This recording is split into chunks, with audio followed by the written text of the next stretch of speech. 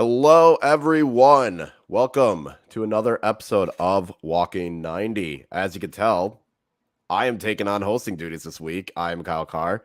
Yogi is drunk somewhere in Mexico on a beach, we think. He's definitely not sober. We know that for sure. Ebony had to take care of a personal matter, and Brandon is still being the best parent out of all of us. But I do have Chip on here with me. Chip, how's it going? Good. You had all the good hosts skipping out this week, so you're stuck with me again. So I was going to say, when it gets to me having to do the hosting duties, that's how you know we're running on fumes over here. That's what happens, but it happens either way. But the first thing I guess we'll want to talk about, we're going to kind of go over this previous week's matches. We're going to talk about the U.S. Open Cup. We'll do the preview of the upcoming matches this week. We'll talk about some of the news, including Coach of the Month, Player of the Month, along with Goal of the Month, and then we'll kind of think who is our top three teams. So the biggest thing we're going to try and do is not fight with our respective front offices about swearing. We are going to swear. If someone were to text us and say, hey, don't swear, we're not going to put a Twitter post on it. We're not going to create a banner. We're not going to make a big deal out of it. It is what it is. I think that's a fair way to start the show, right? I think that's fair. I was talking to one of the FO members who will let remain nameless, and they said a curse word. I said, oh, don't let the league hear you say that. They just rolled their eyes and like, is that still happening? I was like, yeah, unfortunately, it still is. I was going to say, I did have a player, because I had a couple tweets, and I did have a player reach out. He's like, you're talking about them, aren't you? I was like, oh, yeah. He's like, yeah, we played them in the past. I have nothing good to say. I was like, how in depth do you want to go about this? Like, maybe like when we get, maybe someday I'll go on a nice little rant about it. But for now, I'm just going to keep silent. It's like, okay. But yeah, that's the thing. And all that only to lose on penalties in the U.S. Open Cup. Speaking of, that was pretty funny. I had a good time watching that. But we can start off with the U.S. Open Cup, recapping the matches. First and foremost, Union Omaha is now the last USL League One team standing.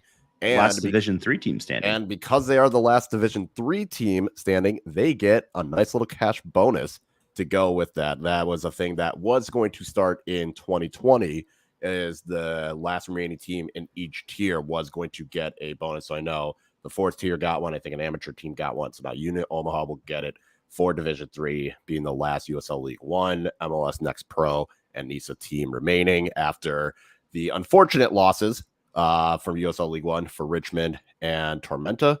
NOCO had played Omaha, so there's at least one team that was going to make it. And then the third team was the Cal United Strikers out of NISA, but they had fallen short to LA Galaxy. But we'll talk first about the Union Omaha match, because I think that was the one that obviously, in terms of league interests, I guess would make sense, just because it was two USL League One teams. Chip, you were there. In your opinion, how was that match? I will be straight up honest. I did not watch it. The Milwaukee Bucks were playing in Game 5 and nearly killing me, but also giving me joy at the same time. Yeah, it was a great time. They had about 2,000 people there from what I heard talking to people. NOCO had a pretty sizable contingent out. So great atmosphere. We're playing at Caniglia Field, which is a home of the UNO Mavericks. So it's kind of cool. We played at all the college venues in the state now, or in the city now, for the Open Cup. First half was wasn't our best, but we kind of had the win at our back. We had some chances. We definitely looked like the better team the entire game. And then in the second half, that's when things really went Union Omaha's way. We had a goal by Nomeza, who is starting to become a really, really good striker. I believe he's tied for like third or fourth in the Golden Boot, along with JP Skeers, also of Union Omaha.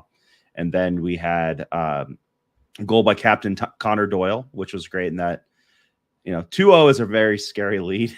So everyone was prematurely kind of celebrating, but we're all like, well, hold on. For the meme stuff, though, which was pretty funny. One, it was like 100 degrees here yesterday, and Eamon put on a Irish fishing sweater. Yeah, I had questions when I saw that. I don't know.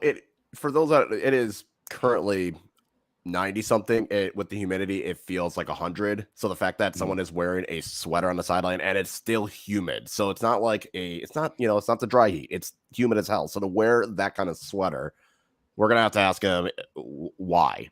were you trying to be tough? Were you just trying to sweat out toxins or something? Like there's no reason to be wearing that in this weather. Yeah, so we all had a good laugh about that because those things are, as a guy who owns a couple, they're very, very warm. They're very warm sweaters. So that was funny. Omaha fans had some funny comments and were kind of ribbing them. They had the really bright idea of putting the supporter section right behind the Northern Colorado bench, which was, I enjoyed it. As long as as long as no lines were crossed, I think that's fine. Yeah. So that was fun. It was kind of fun bantering back and forth. I had the opportunity to talk to some NOCO people, which was cool. And then the best part of the game, potentially, they did a Madison-esque 9 minutes of stoppage time for some reason after we were up 2-0. Jay was not happy. Jay said some comments that you can find online if you're looking for them. If you can't find them, let me know and I'll show you where they're at, which was really funny. So they carted Jay up and the whole stadium started doing the J Mims chant that we have. And they had all the drums running. So it's one big grandstand and they were running all the drums along the grandstand, getting people to get in on the chant. So the whole stadium was singing J Mims after he got a yellow card. And he's starting to get himself a bit of a reputation. I was going to say, he can't afford, if he had gotten suspended, it would have gone to the next match in the Open Cup. So it's not like he has to serve it. That would be the worst time. Like Drew Connor for Ford Madison, no matter where he goes next year, if that team is in the US Open Cup, he is suspended for that game. So I think there is, I don't remember, there's definitely a player, I think it was Clint Dempsey, where someone has it where they are still technically suspended. So if they ever do jump back on a team, they have to serve that suspension. I think it's Clint Dempsey. I honestly want to believe. Which for him would be interesting too if he started coaching, if he'd still have to serve it. I think so. But we'll talk about that a bit in the pregame. But he's also serving a suspension this upcoming weekend at Richmond. So I don't know if he's even traveling with the team. I imagine he will, because I imagine they left today and they'll do some stuff. But so he's free at that game. If you're a Richmond fan and you see him, tell him. I was going to say he's probably gonna be sitting in the stadium watching. Yeah, he'll be the guy with like a really like angry look on his face the entire game. But if you say hi to him, he'll be really friendly. Off. You're just gonna see like one person just like on their lonesome. It's like, wait, hold on, zoom. They're gonna have the camera zoom in for that. Yeah, dressed in all black. But no, it was a fun game.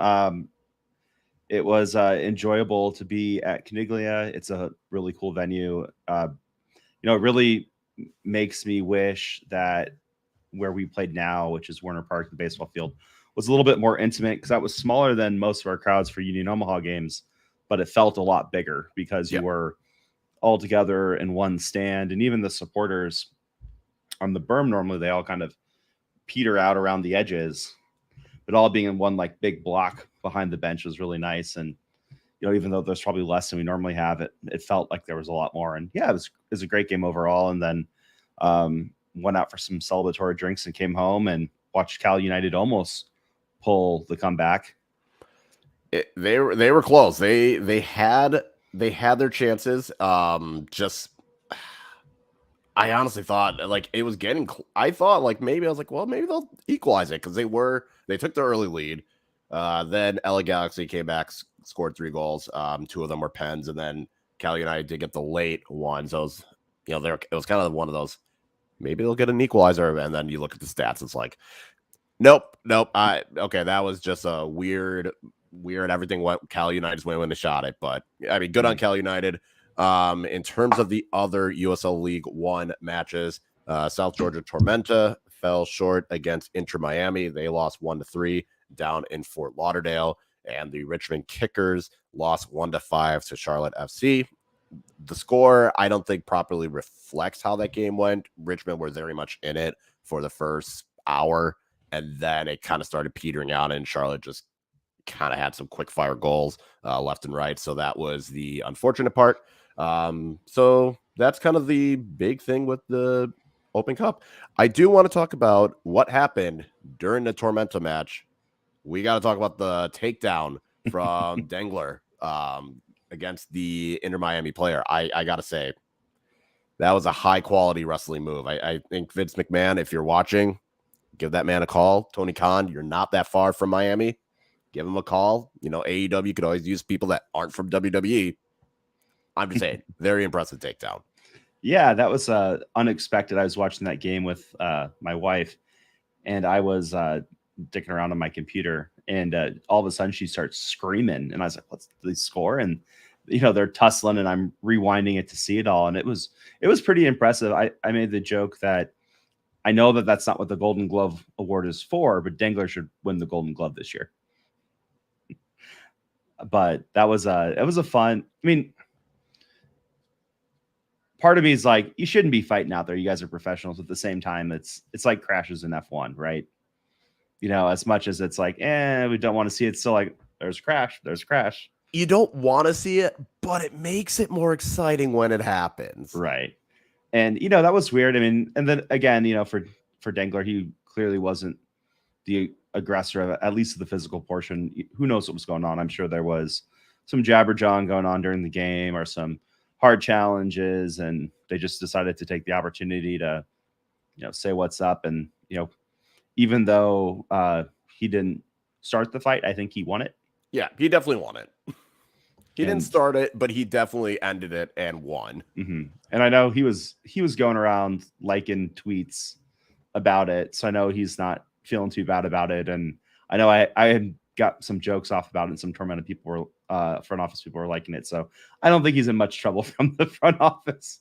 I mean, it was one of those where, like, yeah, it was like he didn't start it. The player that did, they're already winning. What? I think it was 2-0 at that point. Mm-hmm. It's like, why is he talking shit? Like, it was the goal score too. It's just one of those where it's like a young kid just feeling himself a little bit too much and then gets his ass beat. And that's what happens when you're going against League One. We're going to kick your ass one way or the other. But right. And I think that's, and I don't know. I don't want to dwell on it too much, but some of those Charlotte fans after their win were that I don't really have much of a soft spot for Charlotte after the Greenville game and the Richmond game. Yeah. It was like after the Greenville, you'd think that would be humbling. You would think they would have been humbled after the Greenville game. It was like, okay, you're going to be super confident. You think you're going to win this game. You get taken to pretty much added extra time. It was even close until the last like 10 minutes. Maybe humble yourself. And then you go against Richmond, who's performing better than Greenville this year. And again, Richmond was in that game for a good chunk of it. Just didn't have the legs to continue it. And then to continue acting like you're the superior team. It's like, all right, when you're going against it, like, that's not going to work against an MLS team. That's not going to go against a team that has depth to rotate. Mm-hmm. Well, it was ultimately pretty funny because I don't think they realized that everyone jumping down their throats weren't Richmond fans. Oh yeah, that's. So I was getting some. You got all Richmond. It was like, no, this is just the league fans. Yeah, because they're like, one of the guys like, well, you got real quiet. He's like, yeah, my team's playing like currently right now. Here's a picture of the game that I'm at. But I think Brandon brought up a good point during all of that because some guys like, oh, they're gonna, which they ended up beating them pretty badly. But he's like, well, we're gonna win because we've got this guy, this guy, this guy, this guy. And Brandon's like, you're just naming players. Like, that's all you're doing. Like, here's the stats. That's the thing that bothered me the most. It's like, oh, we have Christian Fuchs. Okay. And it's not like he is not a world beater player. Like, he was on a Premier League champion. He was a starter on said Premier League champion. But it's not like, this is not Alphonso Davies, like, that came in. This is not, if it was Andy Robertson, it's not, a player that is at the peak of their power. Like, this is just a dude that he was a starter for a Premier League champion, which is nothing to scoff at, but it's not like he was ever considered world class. It's not like he was ever considered one of the best in the league. So to kind of use that as like, we have him and everything's going to be fine. It's like, well, no. Like, this is America. It's the same as AFCON. No one cares who your name is. We saw Tormenta make Higuain look more washed than he already is. Yeah. Like, your name does not mean shit. Yeah, and that was the frustrating thing about that game was Tormenta definitely seemed like they should have won that. I think they're going to look back and say we should have won that game. Yeah, and I think Brandon had a really great summary of it where it's like the difference between Tormenta and Inter Miami was when Inter Miami got their chances, they were able to capitalize on them. Tormenta was not. Yeah. You know, they had 1,000 shots that should have gone on frame but didn't, and it was just it's unfortunate. But you know, at the same time, you know, Omaha gets the prize money now and bragging rights. So yeah, whatever. Yeah, but it would I be think cool to have two, because the draw's happening literally probably any time now. So we'll provide our recap or I'm looking for it. So I did hear some breaking news. They actually have balls this time. Oh, so we'll have pots instead of just envelopes. whatever Well, the envelopes. Yeah, well, it's kind of cool that they. Well, I thought it was on ESPN, and this is bad radio, but I thought it was on ESPN, but I don't. I think it's normally on their YouTube channel though. Well, I think today they said it was on ESPN. Because Omaha can draw Minnesota. Who's in their Minnesota, pot? Houston, or SKC. Yep. Because Minnesota beat Colorado in the game that initially started last night, but due to weather had to be postponed until today. So they played at noon. Minnesota won 2-1. The game was stopped at I think like midway through the first half at 1-1. So well, late goal. Everyone's going to find this out in a second, but Omaha has put in a bid to host allegedly at Warner Park. So that would be very, very cool if we were able to host well, anybody would be cool, but especially I think if you're in Omaha, you definitely have your eyes on SKC to play at home. That'd be really fun. And even if they're away, they'll probably be a pretty sizable contingent of Omaha fans going down. Sorry, that's all right, because we have a surprise. Surprise. Hi. What is up? We've been talking U.S. Open Cup. I don't know anything about that. Yeah, that's fine. We were just talking about how Charlotte FC was getting full of themselves despite nearly getting humbled twice. We talked about Tormenta and the fight. And now we're waiting to see what the draw is going to be for Omaha. So. Oh, doesn't that start? They're doing the new whip around for that, correct? They are. Look at the Open Cup getting bougie on us. They're acting big league now. We're getting to the round of 16. They gotta take this shit seriously now. So if you're looking for the draw, it's on Football Americas. It's not listed in classic U.S. Open Cup style. It did it super janky and didn't have it as U.S. Open Cup draw. It's under Football Americas. Wasn't it also supposed to be? Is that ESPN Plus? Yeah. Yep. Wow. So they just fucking up all the way around. Okay, this is what I come back to. Yep. All right. Although I will say, shout out to Hercules Gomez and Sebastian Salazar for doing their goal cast. I heard a lot about it. I think it's a cool way to kind of know what was going on. I think doing more of that, like if they can somehow find a way to incorporate that more, not just for the US Open Cup, but if they could do we'll do it for USL League One. Like we can volunteer ourselves, pay us, and we'll do it. USL Championship or even MLS. I think it is a cool idea though to have different players and coaches come on and talk to them. So I think that could be a good thing that they can do moving forward, and hopefully for next year they do it, and especially for the first and second round.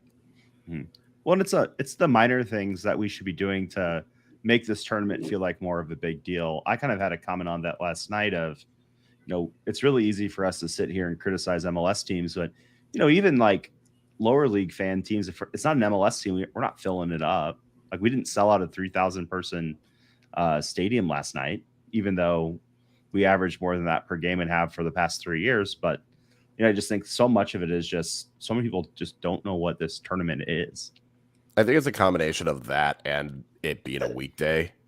Also, the fact that it was there was so much hype leading up to it, and then we lost it for 2 years, and it came back, so it doesn't have that same umph, I guess. I could see it bouncing back next year, especially with all the cup sets that happen. I think it's going to be good if it can get back to being a yearly thing, but also have the games on weekends. I think that would be a huge boost. For those teams that hosted MLS, I feel pretty confident if Ford Madison had Minnesota United on a Saturday, it would have been sold out or near sold out. And if it, the weather cooperates, if, Richmond City Stadium still did pretty well, Greenville did sell out, But I think with it being Charlotte, it's a lot closer of a drive. You know, if they can have these games still be on a weekend, that gives it more of a bigger feel. That gives it more of away fans could travel. So I think I know I saw that comment, like having the games be on the weekend would be a big boost. But I mean, for Madison, it was just the weather was shit. Like that Minnesota United Open Cup match, the weather is just miserable. Like every Ford Madison match has been this year. So I know that did not contribute to it, but I think that is something that in the future, though, having those games on a weekend, and I think having the lower league team hosting would really draw more excitement for the cup. That's a good off-season podcast idea, is how do we improve the Open Cup? We'll have to remember that. That's a good one. So they're talking about Christian Pulisic right now for some reason. So you got we can get back to it once they start the actual draw. Do we want to go and talk about last week's games real quick? Yep, we are going to jump in to the previous weeks. Yogi's not here, but I'm just going to laugh because Ford Madison got round one of the Henny Derby with a 1-0 win. Don't know how they pulled that off. I don't either, because don't know how that happened. Not mad about it. Like, did Ford Madison play well? Not really. No. Did they deserve the win? No. Am I okay with it? Yes. You get the win on the road, your first win of the season against Richmond. Justin Suko, well done. I still think, I know Rob and Jeremy were talking on Talking Flock how that should be still credited as a goal because you think it would have been the far corner. I don't care how it happened. I saw a goal, it counted, and that's all I needed. But only one has to. You only need to win by one. The rest is just for bonus points. Just like the good old days of the Henny Derby, a 1-0 win, as tradition should have it. None of this 3-2 nonsense that we saw last year. Nature is healing. But yeah, that was it. Legitimately was. It's like between the rain, it was not a good match to watch. I will flat out admit it. Like, it was not entertaining to watch, but it was interesting seeing Richmond have more of the ball. Because that's normally something Madison wants to do, and Richmond wants to sit back and counter. It was like the roles were flipped. Madison was doing more of the defending and going on a counter, while Richmond was kind of trying to do more of a build-up. But I don't know. Anything either you want to mention for that game? No, I mean, I was very surprised by the result. I'm not gonna lie. I kept my eye on it. That was kind of shocking to me, honestly. That was also the week that I was not like watching a lot of soccer, except for like one game. So yeah, I mean, what I'm really interested in is that Chattanooga game. Oh, we'll get there. That game was wild, but we'll get there. We'll get there because that I think out of all the games, out of all the results, that was the most surprising. Yeah. But what about you, Chip? I don't know. Because Omaha had the weekend off, so you had a chance to watch all the matches. Well, I should have had the chance to watch all the matches, but instead I was at a 1-year-old's birthday party. Ooh. And then What was the beer selection? The beer selection was actually pretty good. That's good. So there was some local stuff, and it's one of my buddies is also into beer. So he had some bottles. I brought a Casey peach sour, which went over pretty well. And then we a what? It's a peach sour from a brewery called Casey. They do like a barrel-aged sour program. I was thinking the gas station. I was like, the gas station has beer? No. Hold on. Casey's, I see you out here. And then we had a West Veletrin 8, which was super cool. Haven't had one of those in a few years. And then he just had some random like barrel-aged stouts that his mom brought from when she moved that he still had from like 2012. So it was interesting. Some of them held up better than others, but it was a fun time. Got to play the fun uncle because his 3-year-old wasn't behaving, but I was following along. But yeah, I mean, I guess I'll just talk a little shit because I didn't watch the game and don't have much to say. Yogi picked a great week to take vacation because they got beat by Ford Madison, got whomped on by Charlotte, and they're about to lose against Union Omaha. So they did not get whomped on. That was a. We'll talk about refereeing because the refereeing that entire week was absolute garbage. Was shit. You can give him shit about that Ford game. That game was. He just got shit from. He gets shit from me with Ford Madison winning. He gets shit from his wife with Charlotte winning, and now you got Union Omaha. It's quite the murderer's row if things don't go your way. Yep. And he's over 2. So, and he was trying to avoid it, but he kept getting dragged into like Charlotte fans saying really dumb shit on Twitter. And he's just like, what? I'm on vacation. Why are you dragging me into this? You can't escape. You can't escape bullshit. That's why. Also, shout out ESPN Plus for having the wrong time. So most people missed the first like 20 minutes of the match. Great job on the timing. We'll move on to the next match. We'll get to Chattanooga, but I want to talk about the Tormenta Charlotte Independence. I think this was kind of one of those where Tormenta with their stout defense going to get Charlotte with their ridiculous attack. Which side was going to prevail? And the answer is Tormenta with a 0-0 draw.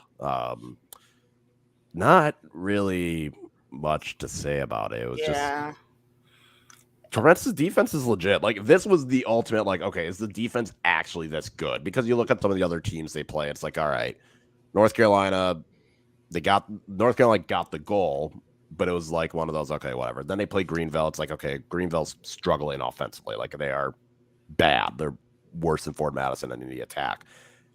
Then it was like, okay, then you get Charlotte, and it's like, all right, now I'm curious to see how are they actually going to do, because, you know, they drew Union Omaha, although they were down to 10 men, so they kind of just held on. They play Greenville. Greenville's not anything to really say much about. They played Tucson, not much to say about. So they get Charlotte, and they shut Charlotte out. So shout out to you, Tormenta. I did not expect this. I mean, that game was, it was very much all defense, because I still don't even know if Charlotte really plays defense well. Like, they play enough to get by, but do they play it well? And that was kind of that game to test that, really. Seems like it, but I don't know what to make of that team yet.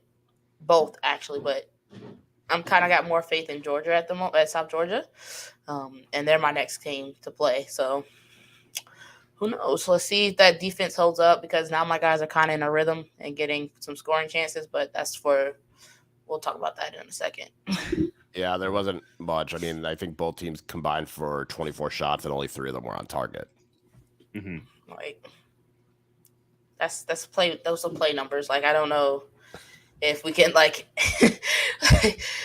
that's just a lot of not doing anything, it feels like. So it really is just Tormenta. I think really the only thing that told me is Tormenta's defense is legit. I can't really get much out of it. Like, Charlotte probably could have done better, but at the same time, they had Mbuyu back, so it's not like they were shorthanded like before. It's just, yeah, Tormenta's good. So I don't know how long this defensive, like, how ridiculously good defensively they're going to continue being, but they are definitely a team to watch. So that was the exciting one. Now, the result that I think caught everyone by surprise, not necessarily because of who won, just of the manner they won, and that was Chattanooga winning 4-1 against NOCO. And honestly, like, it looked like it was going to be a close match at the beginning, and then Chattanooga just completely turned it around in the second half. So, Ebony, I know you wanted to talk about it, so go ahead. I don't know, because we're used to the Chattanooga of old, where they scored late, they smash and grab, and you're left feeling frustrated. This was like a complete game. Like, that's a lot of offensive scoring. You got a guy with a brace, like a lot of early scoring and a lot of sitting back defense. Like, they gave up that early goal, and then we're like, oh, okay, sport mode. And then they just kind of went fucking ham. So, like, was this the Chattanooga we're expecting to see for the rest of the season, where it's just an onslaught? Because, god damn, I got to change some predictions. I mean, I did not expect Chattanooga. It was a complete performance. It was just they just dominated NOCO. And that was one of the things that I was curious to see, like, how much is NOCO going to focus on this match, knowing they had that Open Cup match against Omaha. Like, I wasn't sure to what extent. And they didn't start McLean, which maybe that, like, in hindsight, yeah, that would have helped. But Chattanooga was just they just went at them. They just kept going at them. And I think it was the relentlessness that we had saw from Chattanooga. And this is with Ortiz on the bench. Like Ortiz was on the bench, Galindros was on the bench, Espana was on, like some of their better players didn't start this match either. Well, they had 7 shots. They put 4 in the goal. 7 shots, 5 on target, 4 goals. Like that's wasn't selective. There, and only one of them was like a ridiculous banger. Because like Chattanooga's just been scoring bangers all season. Like this time, like one was a set piece. Like it was like well-crafted goals. It wasn't just, we're just going to pull something out of our ass. But that's the kind of Chattanooga I like. Like, I don't want this completely informed, dominated team the entire way, get selective with your shots because you have the opportunity to throw them in the back of the net for 4 times because 5 are on target. Like, I don't like that. No, that's not the Chattanooga I grew up on. Well, if there's one thing that Chattanooga did stick with, it was the play style and racking up a lot of cards. Lots of cards were in this match. Just 10 total. 7 for Chattanooga, 3 for NoCo, and it was very clear NoCo was getting frustrated. Light work. That's nothing. Well, but that's the thing is that's what Chattanooga will do to you though. They really know how to needle their opponents. You know, and that's just what they do. And if you're not disciplined, you're going to go in there and they're going to bait you every single time. Especially when they're at home. Like it is, and like they'll do it on the road, but at home is really like they're going to shithouse. They're going to annoy the living crap. Then like you said, they're going to try and bait you into doing something stupid or getting sent off. And I mean, NoCo didn't do that, which props to them, but you could tell they were getting very annoyed near the end of the match. I think Ben on Who Gives a Hoot brought this up that Omaha has never gotten a point there. It's because they had the new stadium since Chattanooga, because that opened in 2020. So it's like our second road game ever was the Lights game. Oh yeah, god damn it. Yeah, getting points. Like Richmond's always struggled in Chattanooga. I don't think Madison's ever gotten a win in Chattanooga. The last 3 years have been draw. Like the last 3 matches have all been draws for them. But no, we dropped points there. That was a frustrating one, just because we went up and then they came back stupid late. 2 bangers right off the bat, like super super late into the game. They won 2-1.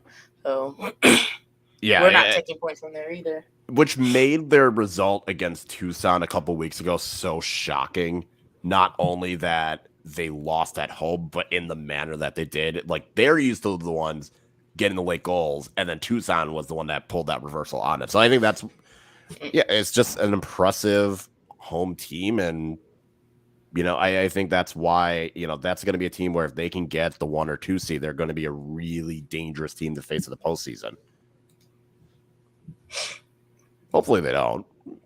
Completely selfish reasons. Hopefully they don't. I mean, I think my Greenville prediction was a year too early, but we can talk about Greenville. They drew Fuego. Fuego had their first home game, 1-1 draw. Fuego had again first home game as Fuego, first game in Fresno in a couple of years. First of all, Fuego scored all the goals. So did they really win? No one won. It was like Fuego won with the draw. I just want to say though, you guys got to get your shit together operation-wise, Fuego. Like you gotta, you gotta have it better. Like what the hell is that? Like I saw the back of a woman's head multiple times. Like everything was off. Yeah, well, then they didn't have sound, so they just there's no sound. Like, I'm sure the crowd was great, but you got to get that shit together. Yeah, so I follow some of their supporters groups on Instagram, El Squadron, El Fuego, and then like Fuego Fire Squad, and man, it was crazy. Like they had some stuff make some Barra pages on Instagram, like showcasing like this is what's happening in League One. this is crazy. Like soccer's taken off, and it looked very lively. It looked like a lot of fun. They had a lot of instruments. They had a lot of drums, a lot of movement. They had confetti and smoke and the whole 9 yards, but you couldn't hear or experience it. And they had 2,700 people there, which puts them, I think, with Richmond's totals, that should put them second in the league in attendance right now too. Yeah, I mean, it was a very impressive turnout, especially with all that happened. And I think it's just a good showcase of this is what, when you're trying to pitch USL League One, it's like these are people that have been wanting something like this for so long, and then they get it. And they show you, like, this is what we're capable of doing right now. And now it's going to be curious to see, like, as, the schedule gets more, it's easier to follow, school gets out, how much more of a turnout is going to happen. Because I think, Fuego's definitely going to have a solid fan contingent. And I want to be able to hear it, damn it. But which hopefully they get that sorted for next game. I'm sure, just with everything going on there, it was just probably something that they didn't realize they had to do. Yeah, it was weird. Hopefully it doesn't happen again. And NOCO, take notes, please. Make sure you get your shit resolved, because you have no excuse for if things aren't up and running. You had like a 3-month head start. You have plenty of time to get everything in order. I know you still got to finish the whole stadium, but like you have no excuse. So and then I guess you have the match out. itself. Yeah, I don't know. Greenville surprisingly was more attacking, but man, they cannot convert anything. I'm just saying. I'm this okay. Is feeling. Well, didn't they lose? They lost Lomas. Thank you. They lost Lomas. They lost McLean. Yep. They added Keegan, but he's not really doing much for him. So where's this offense going to come from, Greenville? That's the big question. That's where is a big question mark. I don't know who's going to be able to score the goals. I think they're going to rely too much on their midfield or on set pieces. And again, they are the lowest conversion rate. I think last I saw, and this was before the Fuego match, so it's probably around the same, if not lower. We can always ask Brandon, but their conversion rate was only at 7%.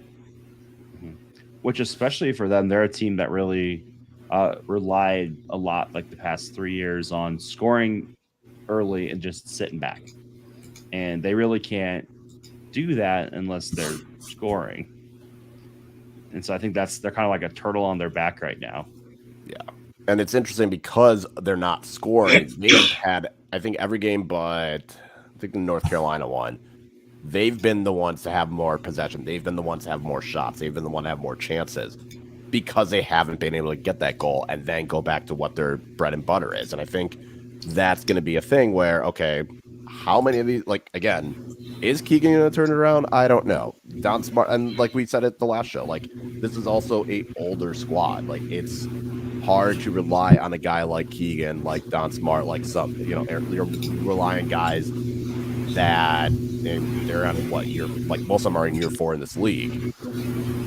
It's going to be hard for them to kind of like get a rhythm. Maybe like by the time they get to like June, July, maybe the legs will finally kick in, or their legs will be more shot. But I think this is putting a lot of pressure on Alan Gavilanes and Benton Evans, guys like that, guys like Jesus Ibarra, where they're going to rely on them to kind of be more the focal point of the attack. I just really wish we were playing them right now. So to answer your question, the only teams they did not have the most, that they didn't like own possession, was Charlotte, Oakland, and NCFC. But everyone else, they led in possession for the entire match. Yeah, and I mean, they got the goal they needed against Chattanooga, but this is a Greenville team that, based off performance, is probably performing as one of the 2 bottom teams.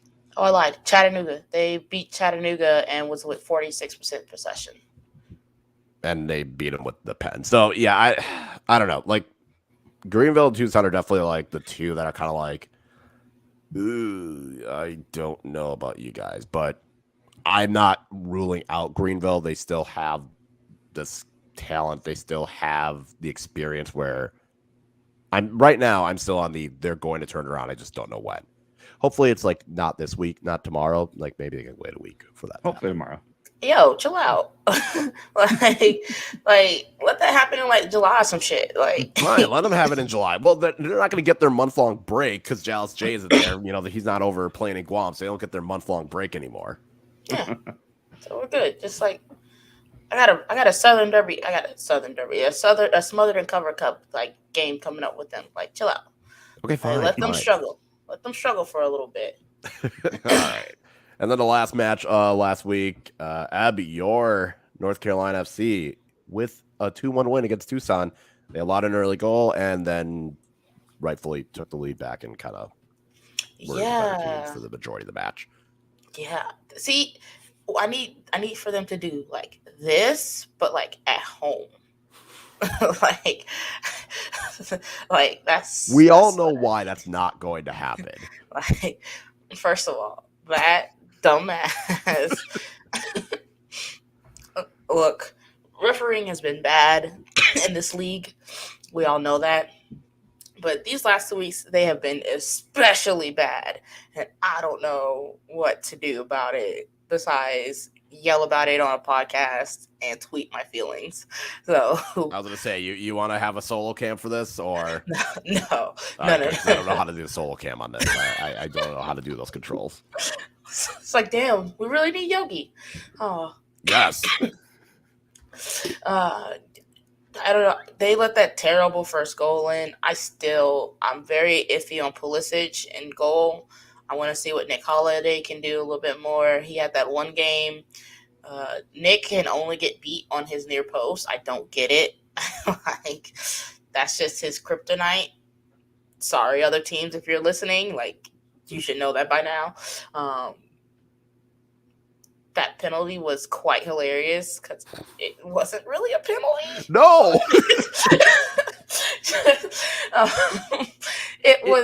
It's not a penalty, but it's a stupid decision to go for that tackle. Yes.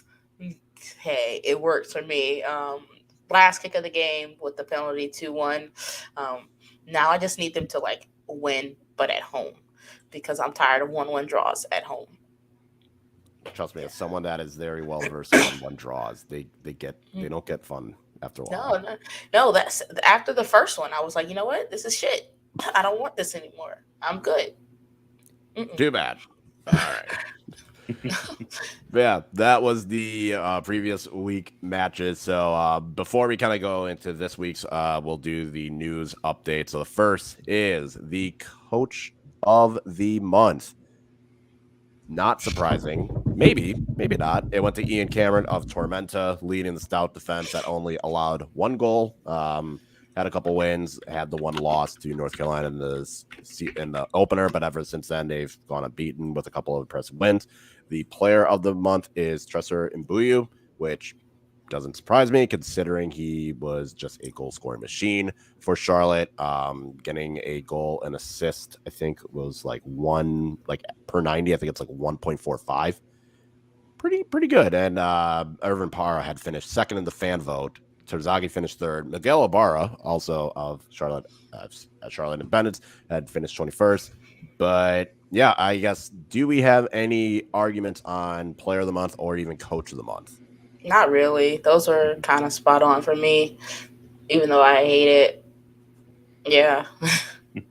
Well, I think the thing too about Tormenta is if you had asked us at the beginning of the season, like I would have said, like they're going to be a very offensive team. Like all their big name signings were all these offensive juggernaut guys, but they're a defensive powerhouse, and I did not see that coming. Yeah, I think that was the biggest thing for me. I was like, I don't know if Tormenta's defense is going to be able to keep them in contention for a playoff spot. That was always my biggest concern. I figured they're always going to score goals. Even when they lost Michelot, I was like, they're going to find someone that can score goals. They always do. They always find attackers. But they've always had defensive issues the last 3 years. And now they're coming in. It's like, well, no, we're just going to switch it. And they can still have the attack. Like we saw against Inter Miami, like they still have the attacking potency there, but they are just so good defensively. And it's not even that they're not allowing goals; they're not allowing chances. And I think that's the bigger thing is the fact that they're not allowing these clear-cut chances to happen. It's not like teams are just inefficient with finishing. Like, no, they're just not giving you those opportunities. Yeah, they're really scary, and if they can keep it up the rest of the year and figure out how to score some goals, they're going to be a real scary team. Yeah, that is. I think the only other person that could have maybe have an argument for Coach of the Month could have been the coach over at Charlotte Independence, just because we all thought they were going to be shit, and they've not been shit. Yeah. The coach of the Charlotte Independence, whose name we don't even know. Whose name I am not even bothered. Did they unblock Let's look it up. They did unblock us. Yes, they did. Okay. I was going to say they probably just didn't even announce it. I don't know who the fucking coach is. That's honestly, maybe Mike I should do Jeffries. better. Wait, who? Mike Jeffries. All right, shout out to him. There we go. Congrats, dude. God, where you? Former U.S. national teams player. Well, he's been their coach since 2015. Huh? Before that, he was with the Menace and the Chicago Fire. Okay. Yeah, I mean, good on him. Again, I have no reason to think, I just didn't follow Charlotte, and when they didn't put anything out for us to even try and follow, and there's not really a supporter group to us to kind of know what's going on, and then they block us, it's kind of making me less motivated to know, even though we are a League One podcast. Be like that. And then goal of the month, no surprise went to a Chattanooga player. I think that's pretty fair. Are we going to do power rankings? Because we can go through this power rankings. Yeah, we'll go through the league's power rankings, and then I was going to ask each of you to give me your top 3 teams. So for the power rankings for week 6, we are going to start from the bottom because we got to do that. And bringing up the rear, FC Tucson. Neff in 10th. NOCO. Greenville goes up to 9th. Ford Madison goes from last up to 8th. Fuego drops 1 spot to 7th.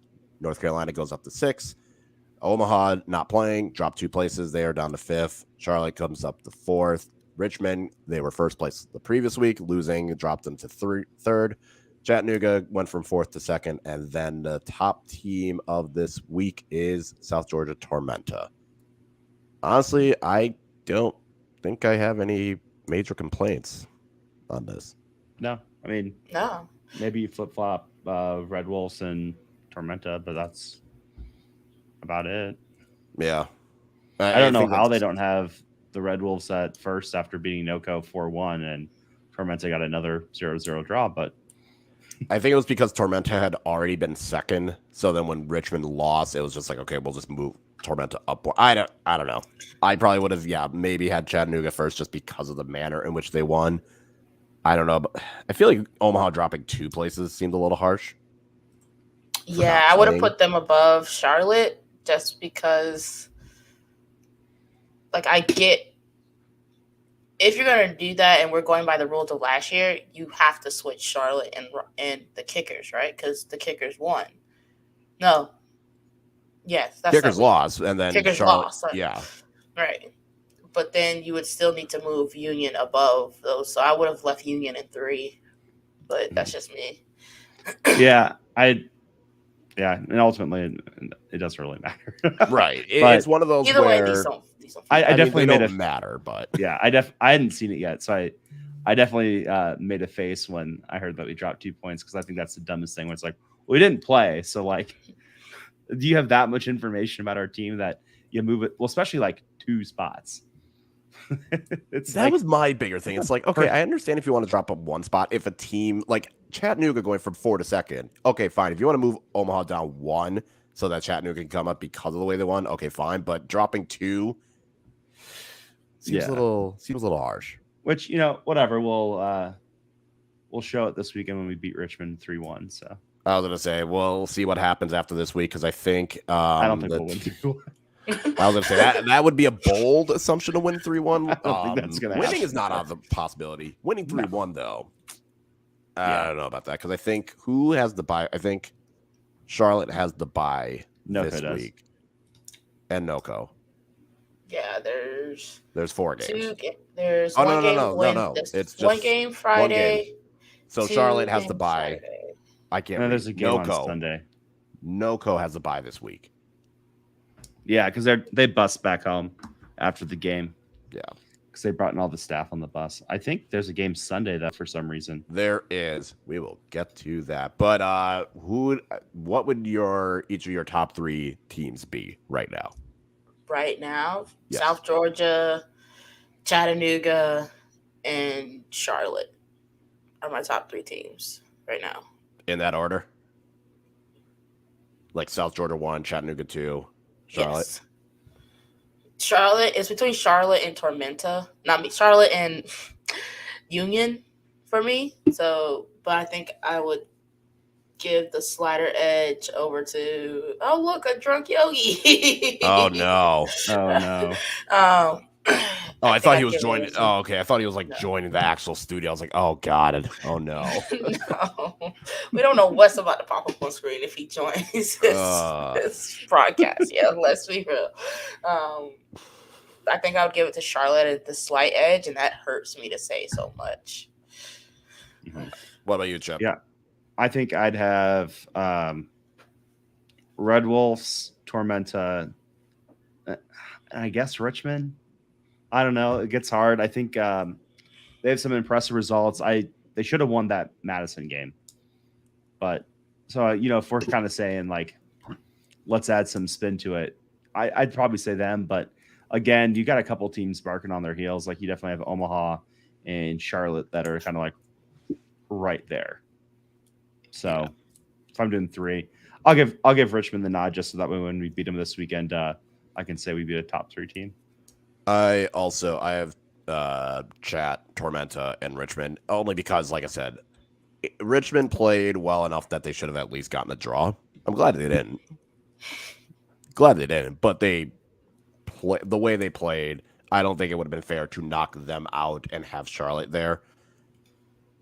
Just again, I think 9 out of 10 times Richmond, if that game would have been the same way in terms of the stats and the chances, Richmond probably walks away with the victory or at least a draw. So I'll have Richmond 3rd, but no, I mean, Charlotte has a very strong case. I think North Carolina could put itself in that conversation with another impressive win. So no, I think it's very interesting with this league. I feel like we're starting to kind of get a better idea of, okay, these are probably the top teams. These are probably the bottom teams. And then there's this cluster in the middle. Mm-hmm. If you were waiting for Football America to... Oh, never mind. It's not the draw. It's just the recap of the Open Cup round. Never mind. False alarm. False alarm. This draw ain't happening, I guess. Bro, they made us watch all of this shit just for clicks. They really did. They're like, we're gonna drive all the numbers and it's gonna be fun. And Yogi has Chattanooga 1st, Omaha 2nd, South Georgia 3rd. Mm-hmm. Well, and I'm sure this will shock nobody, but if you look at the comments on the US Open Cup's announcement of, oh, there's a show and it's at the end, it's all Omaha fans being angry in the comments. No. I'm angry. This is bullshit. I didn't want to watch this shit. I just wanted a draw. You made me get up for a draw.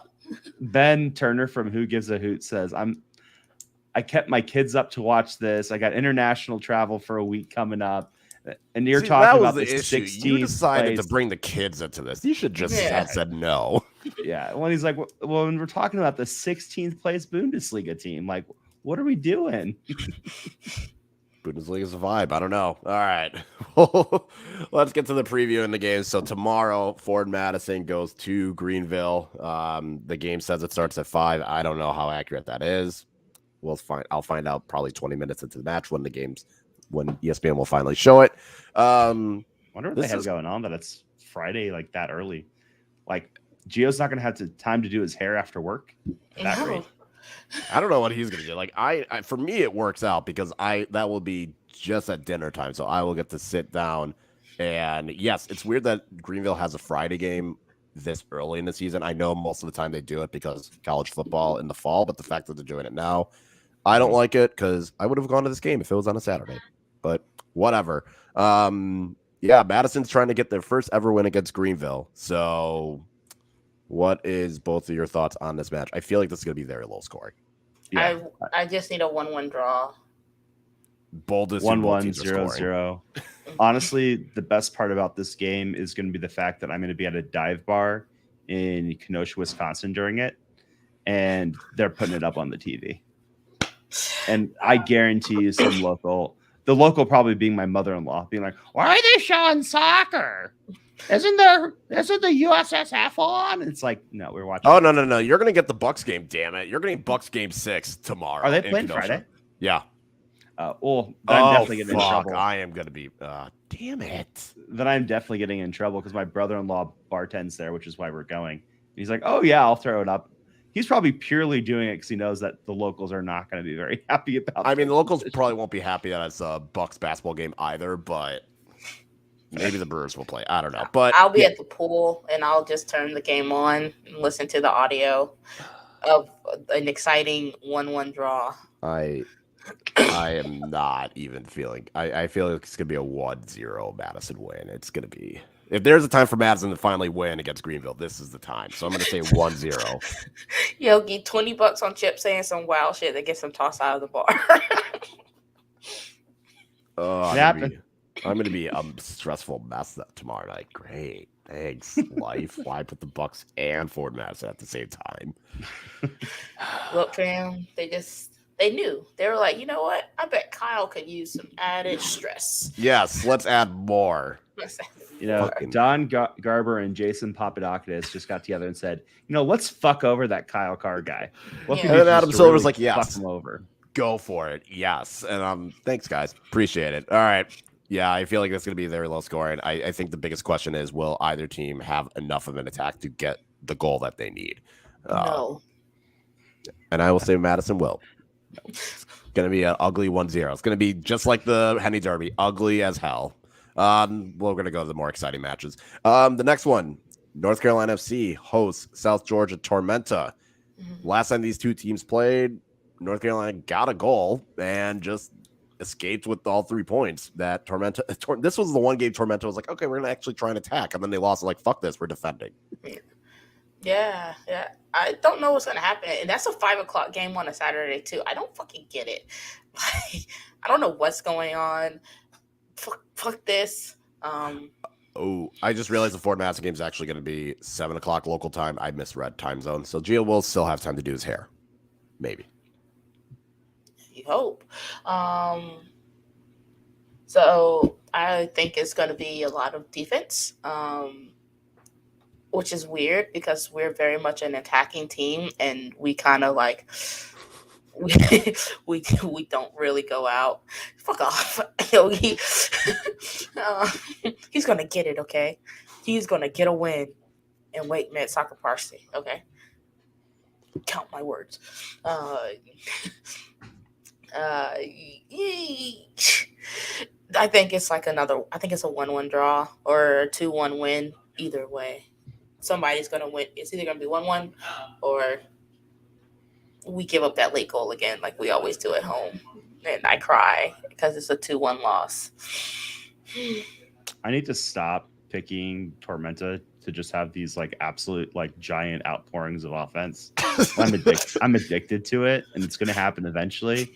And the time it does happen, I'm just going to feel like galaxy brain, and probably Kyle, the rational one, is going to be like, "Well, Chip, you've been picking them to do that all year. Like just because they do it once doesn't mean they're going to do it all the time." It's like, quiet.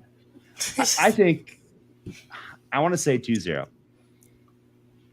I don't think that's super crazy. I think Tormenta is really the draw has now started for anybody that's listening live who wanted to watch that.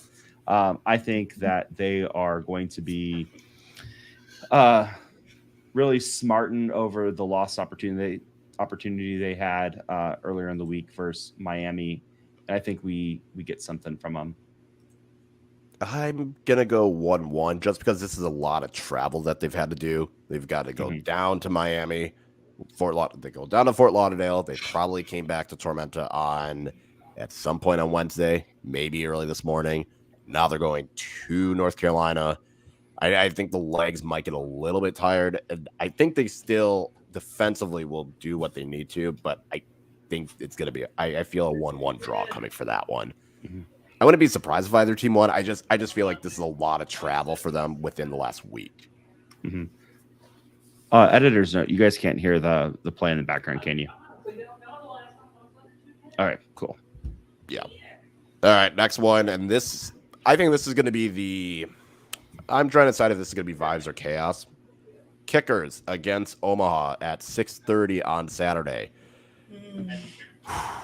I don't know what to think of this one, to be honest. So there's one major person who will not be on the sideline that game. Jay Mims will serve his suspension for getting a little bit pissed off at the ref just because that is Jay Mims. Yeah. So Jay is I don't know if you saw that last night, Ebony, but he got a yellow card and the whole stadium started singing his song. So he was yelling at the ref. Again. He's gonna get himself in trouble one of these days. But I think this game will be fun. I think Omaha is feeling pretty confident right now. I think Richmond is one of the better teams in the league. I think it's gonna be one of those games where it's a good game, but it's probably not super interesting to watch if you don't know what you're looking for. I think it's going to be like, I don't know. I think that's really the big thing is with all the offensive power that both these teams have, this could really easily be a high scoring game, but they're both pretty good defensively. Both have arguably the two best goalies in the league. So it's like I don't know. Like, I think I'm going to say 2-1 Omaha just because I want to have a homer pick and I want to beat Richmond. So we haven't won there everyone yet. could have a homer pick. You can always do a homer pick. That is totally fine. Doesn't matter how the teams are doing. Actually, I'm taking that back. This is not going to be either my vibes or chaos game of the week. I see the next two games and no. This one is going. I think this one. It'll be interesting because we saw last week Richmond definitely had most of the possession, and I don't know if that was just they intentionally did that, thinking they can make Madison cause a mistake because you can take advantage of it, or if that is a change that Darren was planning. And we kind of saw more of that press against Charlotte. So I think Richmond might be stylistically trying something a little bit different. I will say 2-2 draw for this one. I think both teams will get a set piece goal. I think this is going to kind of be one of those where set pieces are going to make a bigger difference just because I think Omaha is going to make sure to try and limit Terzaghi as much as possible, but that does allow Richmond's midfielders and wing players to kind of do more. While on the opposite, I think Richmond defensively, Akira is still going to make the saves that he needs to. So I'm going to say 2-2 draw. I feel like it will be an ugly 2-2 draw. Like, it's not going to be like, oh, it's just such an exciting game. It'll just be like the fuck happened here kind of game. Mm-hmm. And you'll be saying 3-2 Richmond. Yeah. So, I was also going draw, but like you're saying, it's going to be like an ugly draw. I'm just going to say it's going to be like a boring draw. Like, both of these teams are tired, I think. So they play a lot of games and they're moving further along. Well, Omaha's moving further along in the Open Cup. Representing the little leagues. Let's go. And Richmond literally just came off a really bad game. So they got their ass whooped. So both teams are going to be looking to like build off of a high and a low. And I think it's just going to be like, we're too tired to do all that shit. 1-1. Fair enough. And then this next one, I am calling this my chaos. Chattanooga hosting Fuego. You're going to tell me that's 3 red cards. Chattanooga at home against Fuego. No, this is going to be chaotic. Chattanooga's going to do shithousery. Fuego is definitely going to want to try some shit. Like, these two teams are going to try and shithouse each other. This is going to be chaotic. I'm giving you 5 goals, 3 red cards, and at least 1 coach sent off. 12 yellow cards, 1 red card. Obleda gets carded. 3-0 Chattanooga win. I don't have faith in. Like, I'm still not sold on Fuego. They've gotten the wins they need to, pouncing on other teams' mistakes, but overall they have not been super impressive. Chattanooga just came off thrashing NoCo at home. I think they're going to do the same thing. I'm going to say 3-0 Chattanooga, but it's going to be scrappy. There's going to be and the yellow card's going to come. The red card's going to come early. And that's going to be the ridiculous thing is the red card will come early, and then everything else will just be yellows after that. Yeah, it's going to be one of those games where the ref gives the red card super early because it's like, listen, guys, like, I just need to, like, someone has to get kicked out. Like, we have to do something because this game is just, like, out of hands, and I'm afraid that I'm going to get, like, fired from my job. I have to show that I did something. Oh, yeah. I got to figure out who's reffing because if it's Danielle, oh, man, that is. Oh, if it's a Chesky, if it's a Chesky one, oh, that's going to be even more of a shit show. Like, please give me that. These are definitely the two, like, shitbird teams, and that's why it's going to be really great. It's going to be really great seeing them play because, you know, everything's going to be the end of the world. Every tackle, every, like, glance of the ball, it's going to be. I don't know. It's going to be pretty. Chesky is not doing that match, unfortunately. Damn. Yeah. Damn. Oh, well. That's the one time I've ever rooted for a Chesky match. You know how bad you got to be for us to know? Like, we don't know many refs' names. So the fact that we know someone just shows, like, the history of their shenanigans, including 2 drop balls in an actual soccer game. Well, that's like the crazy thing too, especially when you think like with NISA and MLS Next, it's like, man, where are these refs even coming from anymore? Their backyard. It's like we've added hundreds of games a year now with all the leagues that are being added, and that was their Lyft driver. But no, that'll be an interesting game. Maybe not the prettiest, but it'll be a lot of fun for the League One heads who just know that it's just going to be a shit show. I'm so ready. The referee that is doing this one, though, I will say it should be interesting because this referee, Kyle Johnson, he's made 12 appearances. Last year, actually in 2020, 2021, in NISA, he gave out 24 yellows. In 2 USL League One games, he gave 8 yellows, including a yellow red. And that was, hold on. And the last game, this was the Tormenta North Carolina one. And in the last Chattanooga one, he gave 3 yellow cards. So I feel like there's going to be some cards. Louisville City's hosting MLS team in the round 16. Yeah. All right. And surprising, Charlotte did not bid for a home game. Wow. Who would have thought? And then round of 6. Oh, go ahead.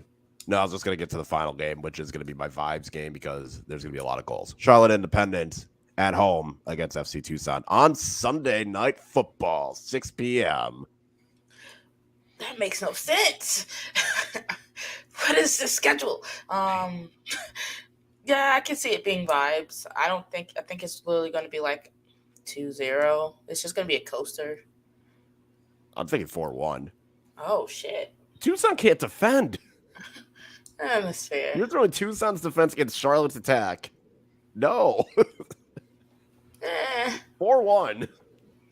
4-1 to Charlotte. Damn. Charlotte. Okay. Yeah. Also, every Charlotte home game has been some type of vibe. We had the 3-3 Fuego. We had the controversy against Omaha. Okay, the Richmond one was like the only non-like. Wait, that was they gave the goal when it didn't cross the line. Yes, but that's what I'm saying. There's always shit that's happening. There's always something going on with Charlotte at home. Must watch. What if the shit that happens is Tucson actually gets a win? Hey, Tucson won in Chattanooga this year, so it's possible.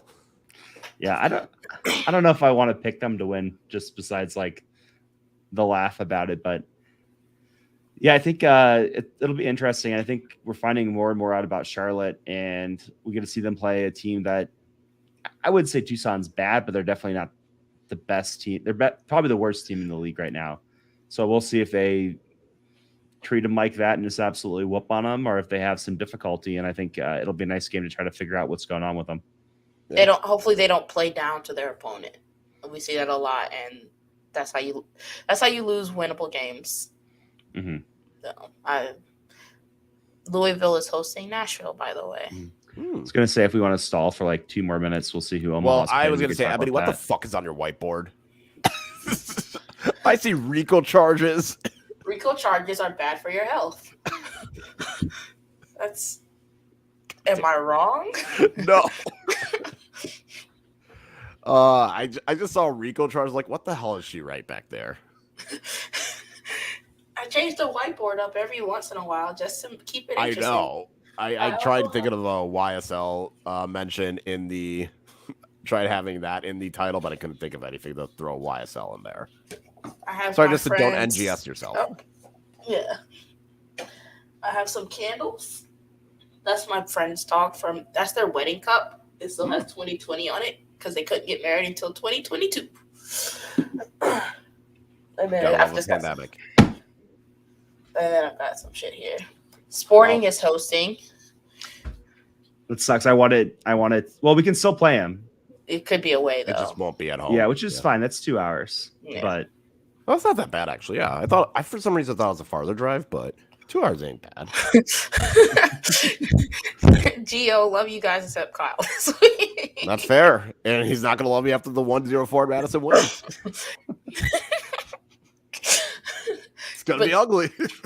Gio, you have to answer the question. Will you have time to do your hair? While Gio answers that, Ebony, you want to talk about our favorite supporter group in the world? Which Detroit? Yes. We already got our comments out there. They're jokes, but man, I hate that we're even talking about them because they played. It's not even like they didn't play a good game. Minnesota's hosting, so Omaha will be away to Minnesota. I don't know yet. That sucks. Gio said he stay ready, so you don't have to get ready. Bet. There you go. Proud of him. Detroit played a really good game. They took Louisville to the wire. It was phenomenal. Like, it was a good game. It's the fact that we're talking about you can't say the F word or wear the F word, and you buried the fucking lead about your team telling you can't put up a Palestine fucking flag. And for me, that's more I feel like a group as online as them would have mentioned that immediately. Ooh, Omaha away to Minnesota. At least we're not away to Houston. I can still make that trip. That's only 6 hours. I was gonna say Minnesota's been okay. It's winnable. It's definitely winnable. Yeah, Heath has taken this competition seriously. That's the only Heath has taken it seriously, so it's not. But it is winnable. You wouldn't know that based on their fan reaction with every other game is Heath out. But I mean, Jesus Christ. Yeah. And granted, FC Cincinnati is better this year, but they did lose to FC Cincinnati. Yeah, that's still ugly. Yeah, no, definitely a winnable game, but Allianz Field, very, very beautiful. So I will, and Chip, if you want food recommendations in St. Paul, as long as they're still open, I can throw some your way. But go to Blackheart. That is you must go there. Always go to Blackheart. Yeah. That is such a fucking fun place. Yeah. You must go there regardless. But otherwise, there is an Ethiopian restaurant. Hopefully, it's still open. That's like right around the corner. Yeah, my buddy lives in St. Paul, so I need to text her and see what we're doing. Because if I go up there, I'll go with her. Probably crash on her couch. Yeah. So, yeah, well, that's exciting. It's not Houston. I think everyone in Omaha wanted Sporting Kansas City in some form or function, but it is what it is. Yeah. Yeah, I would say out of those 3 teams, I don't know. I have not followed if Sporting Kansas City is good this year. Same with Houston. But they're not doing very hot from my understanding. Either way, I think Minnesota's definitely winnable. It's not like a oh shit kind of situation. Mm-hmm. Like it's not like you would play in like LAFC, for example. Yeah, well, even their game versus Ford Madison wasn't like a complete. It was 2-0, but it wasn't, like a blowout, right? It was 2 set piece goals that Ford Madison blundered, unfortunately. But no, I think that's everything. So yes, we will, once we know the date of that game, we'll make sure to get it out there. Make sure to follow us on Twitter at Walking90Pod. We're on Instagram. This audio version will be uploaded at some point tomorrow before the Ford Madison Greenville game. And for Ebony, for Chip, for Brandon, for a drunk Yogi, this is Kyle. And y'all stay easy, stay breezy, and we'll catch y'all later. See you guys.